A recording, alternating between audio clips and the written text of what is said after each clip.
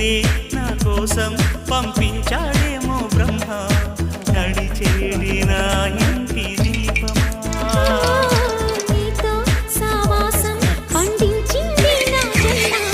నూరేళ్ల నాలో సతకుంకుమా పచ్చని శ్వాసల యౌవన గీతికి పల్లవి నువ్వంట పచ్చని ఆశల పువ్వుల తీగకి పందిరి నీ జంట మనవిగి కౌగిలి తన కోవెలని కొలువుండి పోవాలని చేరింది ప్రేమ చేరింది ప్రేమ